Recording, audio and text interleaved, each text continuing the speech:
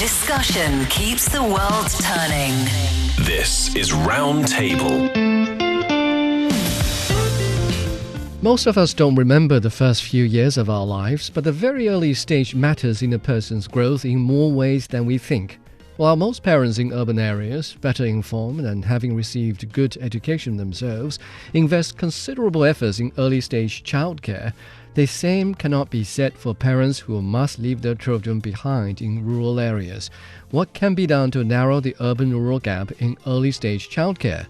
Hello, I'm Laiming, and this is Roundtable. Today, with Fei Fei and Steve Hatherly, we find out if an NGO's efforts can be introduced on a wider scale to benefit the coming generations. So, to begin with, there's some background information, and that is there's been a relatively long-term campaign to try and promote early childcare know-how and also better practices in rural areas. And we've seen this quite report.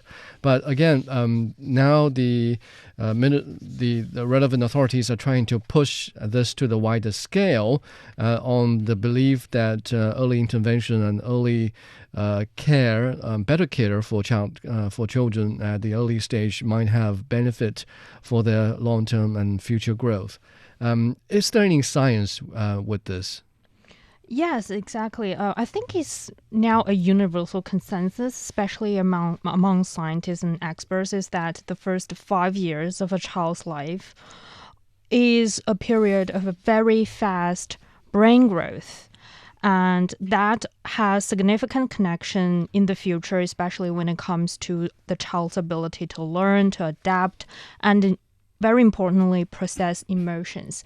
That can lead to further questions when it comes to, your mental health when you grow up and how you interact with people around you, how you learn, especially how fast or slow you can learn. It's every sort of link for the rest of your life is sort of dependent on these first few years. 90% of a child's brain develops by the age of 5. So not fully developed, still a little bit to go, but the majority of the work is done by the age of 5. And newborns, they have all the brain cells or neurons that they'll have for the rest of their life. But the thing with babies is the connections between those cells, those things that enable us to move or think or communicate, those are formed during the early years of our lives. And then some of the essential connections like motivation and self-regulation, problem-solving, self-esteem, that can be a little bit more difficult to form later on in life.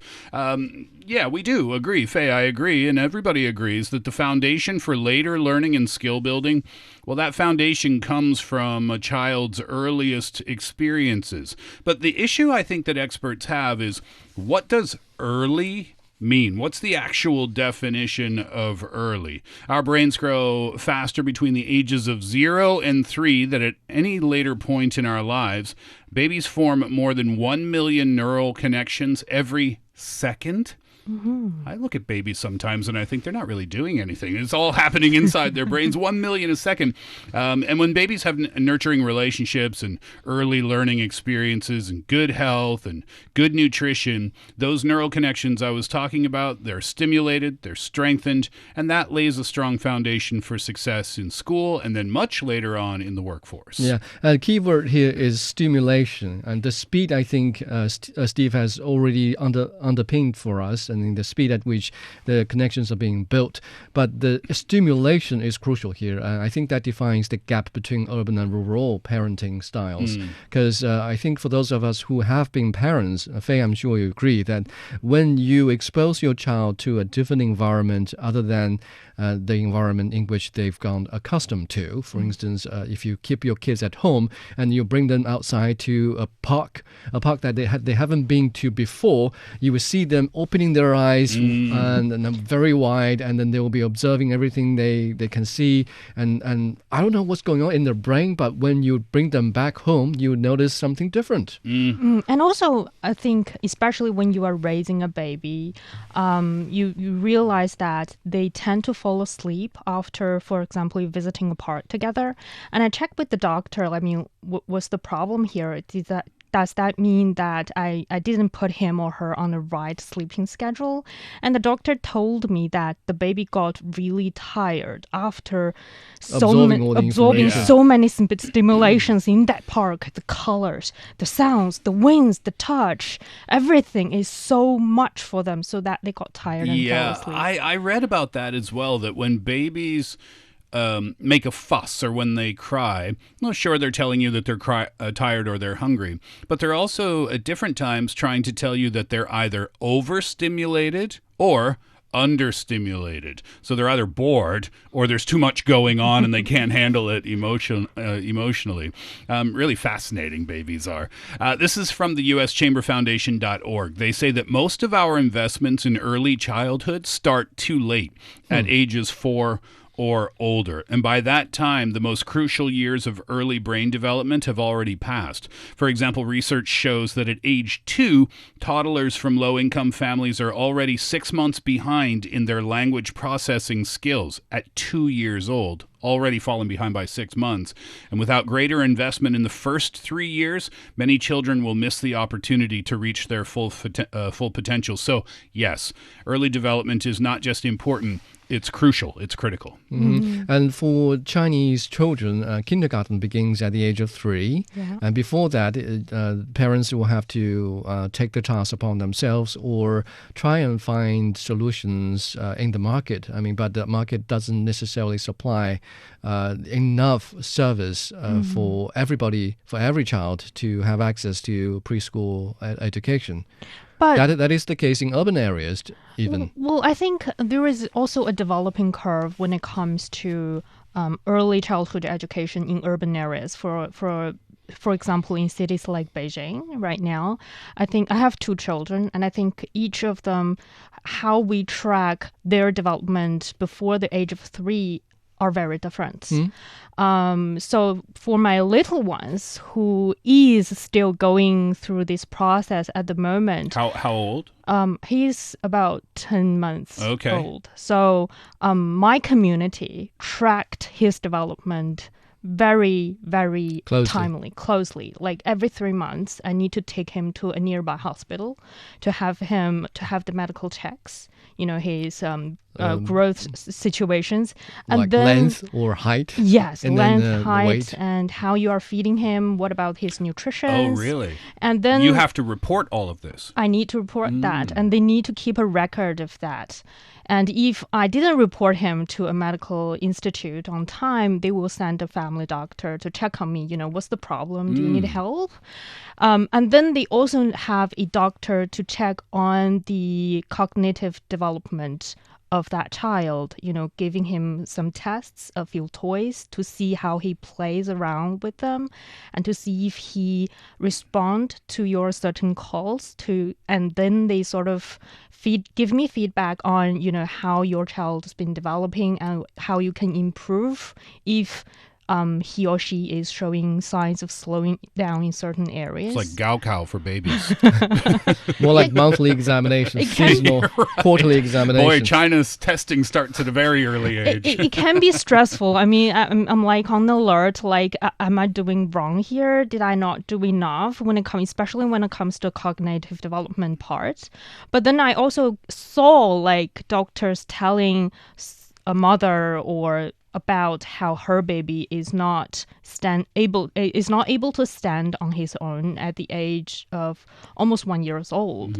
And the doctor is very serious about this, is saying, your baby is slowing down in terms of, move independently, and it can have very serious later on impact on his life, and you need to take it seriously. You need to tell him and give him the space and opportunity to move around by himself. So there's a tremendous amount of support by the sounds of things from the medical community, from the local governments at a community level in the urban areas in big cities. Yeah. But this is the city of Beijing, the nation's capital, where resources are concentrated, where there are probably more doctors than, other second-tier cities.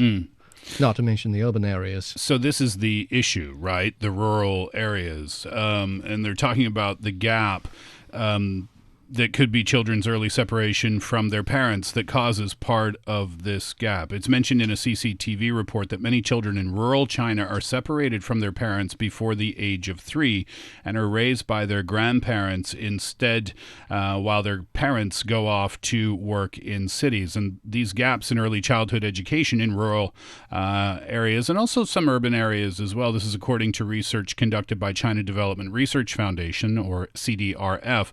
And this is causing the development in rural areas of kids to differ considerably from those raised in urban areas. That seems to be the issue. Like I said earlier, preschool or kindergarten starts at the age of 3, and before that is family-based childcare.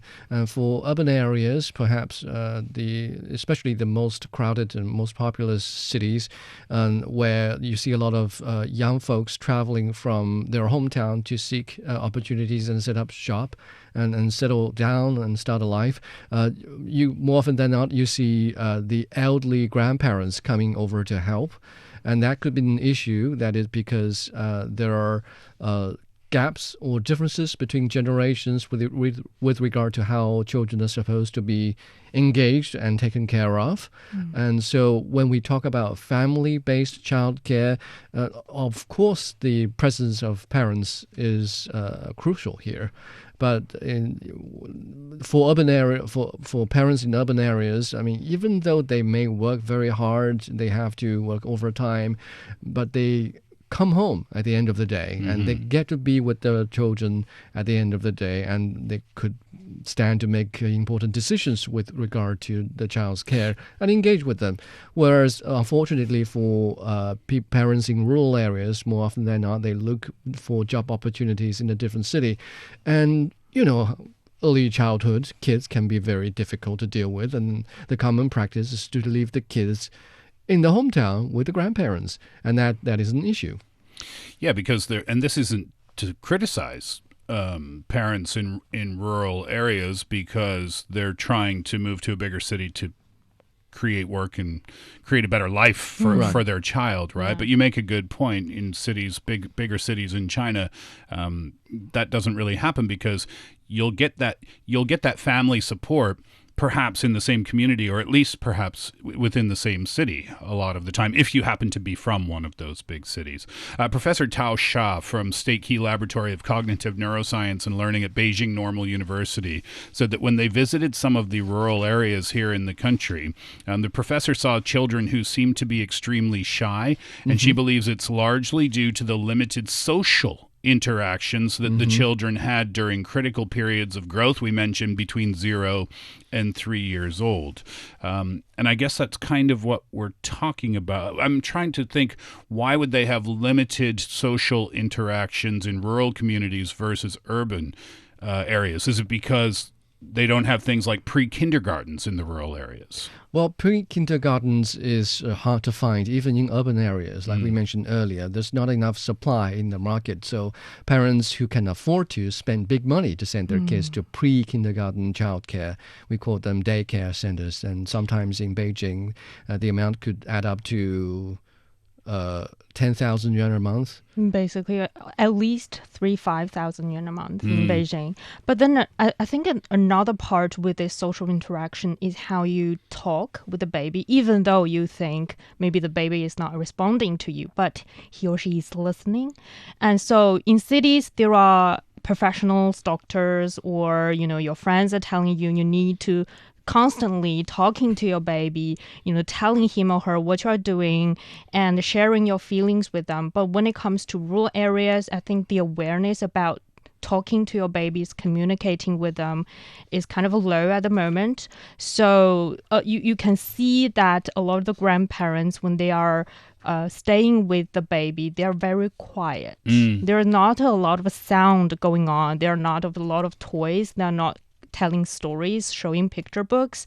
And these are all part of, the daily activities that are basically routinely carried out in cities like Beijing. Well, in rural communities, grandparents are probably often busy on a daily basis as well. Right. This is the reason why I underlined the role of parents earlier on, because parents often are better educated than the grandparents, given this speed of development within China in the past few decades.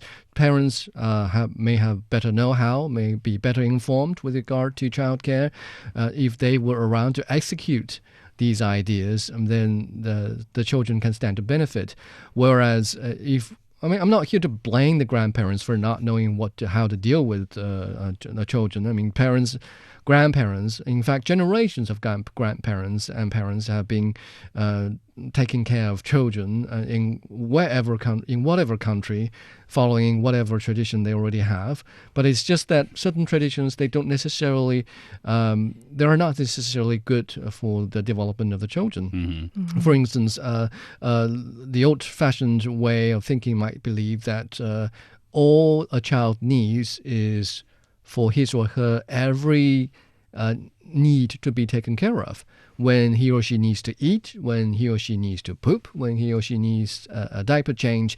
Well, in traditional sense, a very competent caregiver should be able to look into each need of the child and see to it as soon as possible. I've seen one example of a friend of mine who been complaining that her son somehow hasn't been able to pick up speaking as fast as other kids of his generation. And she actually took the kid to a professional doctor. And the doctor said this is precisely because his every need was taken very good care of, and he had no necessity to communicate whatever need he had it. And so it's scenario based. When you don't feel the need to communicate, then you don't develop, you don't practice. Wow, that's fascinating. So in the rural communities, what steps are being taken? What action is being taken? Well, there are a couple of them. For example, there is this one ongoing measures called Starting Point of Sunshine Action Plan from 2024 to 2025, and in Chinese, 阳光起点行动计划. And it's initiated by the China Development Research Foundation this May. And this program not only integrates parenting guidance and nutritional advice for children aged below 3 in underdeveloped areas of rural China, it also provides funding and training for necessary personnel so that these projects can provide comprehensive early childhood education and care services for about 100,000 rural children aged between 0 to 3. And they are seeing some very good, they are also having a lot of very good partners, giving the funding for these activities and plans so that these plans, I think, is more sustainable when it comes to going further because, financing is the base for everything here. Sure. Yeah. And this project is a big one. It has a total budget, of about 300 million yuan. That's roughly 42 million US dollars. And 2/3 of the budget is jointly raised by foundation and the foundation and its partners, and the remaining 1/3 is provided by local governments in the pilot countries. So this is good news because it means it's not just one organization that's on board with this. There are multiple organizations that are working together, and they're investing a lot of money into this. The plan has received financial support as well from 9 different companies as corporate initiators. That's what they're called. Over 80 scholars and professionals with donations exceeding 60 million yuan. So again, a lot of money from a lot of different places. You've got the resources. Then the following question is, what do they do with the resources gathered so far? Well, they're trying to train local child care advisors from within the villages to have them visit rural families once a week and provide early childhood education and parenting support, it's basically like step number 1, I suppose, is getting the proper training for people. Yes, and so that But I think now the CDRF, the foundation, they are also trying to, sort of expand their plan to more rural areas in China. And also, I think they're including more people. For example, some moms in rural areas can participate in this action as a sort of child care advisors, so that they can give guidance and provide services to families in need and help those children to grow better. In some cases, they're giving each child an hour of lessons every week. Yeah. So they're engaging the children. They're following what the kids and how well these children are developing and what help they need. It's been piloted in 19 counties across 10 provinces, and this is benefiting over 40,000 rural children. So this is addressing the needs of a lot of different kids, and it's considered a really effective approach to addressing gaps in early childhood care in these rural areas. Once a week, perhaps it could be argued for an hour a week is not enough. But of course, there are a lot of communities and a lot of children that need this attention. So it's not as easy to provide full-time care for all of these kids. But 1 hour a day is 1 hour. 1 hour of lesson every week. I mean, that's not enough, but it's enough to give parents and grandparents the info that they need, and perhaps they can do something about it. And also, even for children who are aged below 3, they don't have a lot of daily active hours. That's true. They're asleep oftentimes. Yeah, I believe there was one story of an instructor who traveled quite far to get to the community, and then upon arrival, the baby was sleeping at the time, and there's really nothing you can do about that. But what the instructors do, they provide like puzzle games and a tailored curriculum designed for various age groups. One of the instructors, Zhang Yan, is overseeing the program in the Gujiang, am I pronouncing that correctly, county? And she explained that the instructors are primarily local moms who speak the same dialect and can therefore establish smoother communication with the children. That's something that I wouldn't have considered to be a very important point, but there are lots of different dialects around this huge country of China, and being able to communicate in those dialects is, I guess, a really important thing. And some local kindergarten teachers also take on part-time roles as instructors in these campaigns. And so, but again, there are different limitations for different families in rural areas. Like we mentioned earlier, in many cases, the parents have to travel to a different city. They live in a different city than the children, and also when they leave the children behind, there are not necessarily a lot of people to take care of the children. The grandparents might have to work in the field, and they can't just honestly leave the kids at home in bed, and so they take naps after naps. In some cases, they have to take the kids to the field. To not to work, but to just have them there. Just keep an eye on them, yeah. that kind of thing. And so even with the efforts that this campaign is trying to put in, there is still more that needs to be done. And I think simply giving the parents know-how is not enough. Perhaps some other ways to, for instance, expanding the hours where these children are getting active stimulation can be a solution, but that will require considerably much more input. Yeah, and it would require more people and more teachers. I mean, currently they undergo multiple rounds of training before getting their professional guidance. So of course they're qualified, but you would need a lot more people. We're just talking logistically speaking. Right. It's a big challenge. In Canada, I was wondering if we had a similar issue, and I found a story from the CBC about 10 years ago from the province of Prince Edward Island. Do you know Anne of Green Gables? I wonder if that's a popular story. Rings a bell.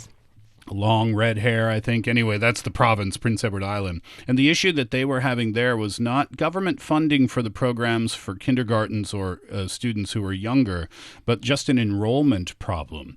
The Canadian government at that time said, we're willing to invest money into these childcare centers, but you have to have a minimum, I think they said 40 students to enroll. And in a rural community, I think they said they could get 20 students, but there weren't 40 40 kids to enroll. So therefore, the government said, "Oh, we can't give you the funding for that." So it's an issue in Canada as well. That was a while ago, but the issues continue today. I guess the solution is to acknowledge that investment in rural areas is more costly. You can't really balance it out. You can use the same equation that you use for urban areas where population is more concentrated, and just know what to expect.